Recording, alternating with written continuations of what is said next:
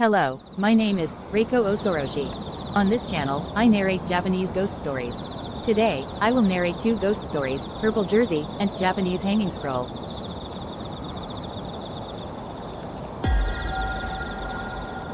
Purple Jersey. This is a story from when I had been working as a teacher for a while. I experienced sleep paralysis one early morning. It was a common occurrence, so I tried to ignore it and go back to sleep. However, I could hear a soft, murmuring chant. It was so unsettlingly loud that I couldn't fall asleep. Desperately, I focused my nerves on my fingertips to break free from the paralysis. I moved my fingers, swung my arm, and finally managed to release myself from it. The chant stopped, and I could hear my mother's voice from the kitchen and the sound of the television. I felt relieved and turned over towards the wall to go back to sleep. However, something startled me, and I froze once more. Something was emerging from the wall, round, flesh-colored, and shiny, with protrusions at the bottom. Two bony arms reached out. It slithered and crawled slowly out of the wall towards me, bringing the round object closer. The protrusions turned out to be a nose. It was a bald-headed man with dark circles under his eyes. "Hey, can I go? Is it okay to go?" I felt like he was a monk or a priest. His voice was as low as the chant I had heard earlier. "Should we go together? Let's go together, shall we?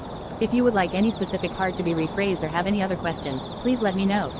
Being lured in? Finally realizing, I managed to muster up my voice and said to the figure that was just a few centimeters in front of me, I won't go."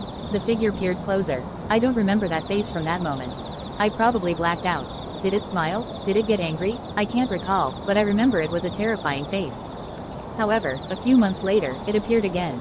I felt death. Strange sweat trickled down. When I woke up early in the morning, it was sitting on the chair beside my bed, waiting for me to make eye contact. "Come on, shall we go? Let's go together." I felt like I was going to die. I couldn't escape.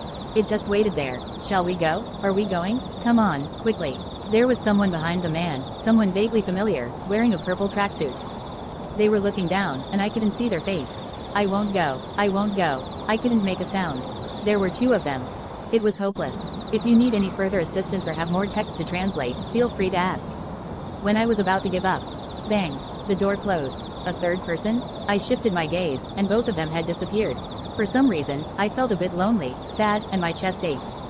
Then, a few weeks later, I received news that one of my students had passed away after a long illness. He was kind, pure-hearted, and used to visit the tutoring school even after graduating. Always smiling. His tracksuit was purple. I believe he saved me. I want to say thank you someday. How was it? Why do you think he survived? Could it be that the child in the purple jersey was taken in his place? What are your thoughts, everyone? Please share in the comments section.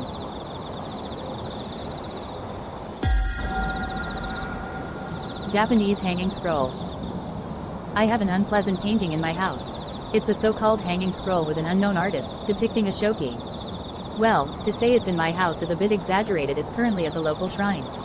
This painting was given to my family when my father was a child, and my grandfather received it from an acquaintance. The backstory is that my grandfather's acquaintance passed away, and the wife insisted that he take it. However, the truth behind why my not particularly close grandfather accepted it was to get rid of a problem. You see, the owner of that painting was known to die under entirely natural circumstances, like heart attacks. By the way, the previous owner before the acquaintance had also passed away at a young age. And even before that, probably the same story. It's a painting with a bad reputation. Nevertheless, my grandfather seemed to really like it. The reason he decided to part with it was when all the doves my father had been caring for suddenly died. Even my grandfather, who wasn't easily spooked, found it unsettling and offered it to the local shrine. By the way, that shrine is quite famous locally and has been featured on TV a couple of times many years ago. The head priest there was considerably older when I had my Shichigo-san ceremony, and his recitation of the blessings was like listening to a cassette tape. He was deeply knowledgeable about the town's history and always ready to help with advice. But when it came to my grandfather's painting, he adamantly refused to get involved. My grandfather, not wanting anything to do with the painting, had to sincerely bow and beg before the head priest finally agreed to take it. This temporarily severed the connection between the painting and my family. The connection was rekindled when I was in the 5th grade. At that time, I was like a mischievous brat, always causing trouble. We often played tree climbing games with friends at the shrine, but one day, the head priest caught me and took me to a room in the back of the shrine office. He talked about my father, who had been an excellent student, and used that story to advise me on how foolish I was. But as if he had remembered something, the head priest reluctantly started talking about that painting. I was captivated by this unheard of story and begged him to show me the painting. With reluctance, the head priest showed it to me, and even as a child, I thought the painting was of national treasure quality. However, the story the head priest told was so unsettling that I couldn't bring myself to talk about it with anyone in my family. Here's what the head priest said to me.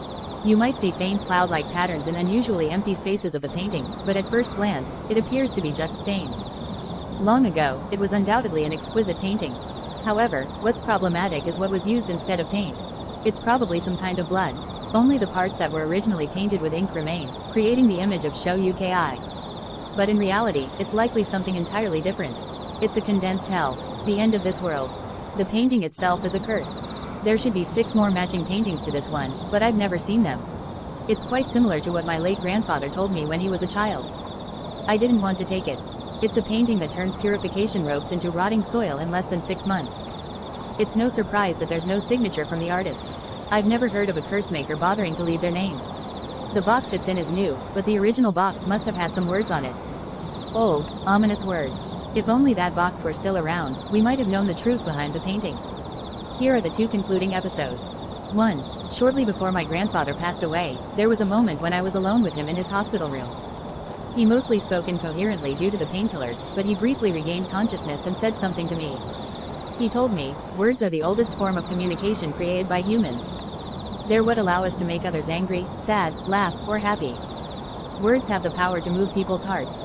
So, always think about others' feelings and consider carefully before you speak. Remember, words aren't just for others, they can reach the divine too. Like the ritual prayers we say at the shrine, you may not understand their ancient words, but they're used to communicate with the gods. There are also words for curses. They've been kept so secret that they've been forgotten. Words can hold great power, but the ones crafted with intense focus by humans are often the most terrifying, depending on the purpose behind them. After sharing these words, my grandfather grew exhausted and fell asleep. It was the last time we spoke. He had drifted into a deep sleep. 2. Regarding the painting, I eventually realized that what I had initially mistaken for clouds weren't clouds at all. They were depictions of hell, cleverly disguised as clouds.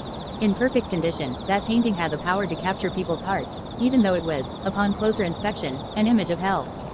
While I couldn't be sure, I believe that's what it was. There were times, especially towards the end, when my grandfather's consciousness seemed clouded, as if he was seeing the world within that painting. He muttered, "The bones are round," during one of those moments, which sent a shiver down my spine. How was it? This time it was a hanging scroll, but it said that strong willpower, emotions, and feelings can sometimes turn into curses. I believe everyone experiences negative emotions to some extent, but please be mindful not to let emotions overwhelm you. In our channel, we also introduce stories about curses, so we've included the URL in the description box. Please feel free to check it out. If you have any other stories you would like me to introduce or any questions about the stories, please leave a comment. And if you enjoyed this video, please give it a thumbs up and subscribe to the channel. Thank you, and stay tuned for the next episode.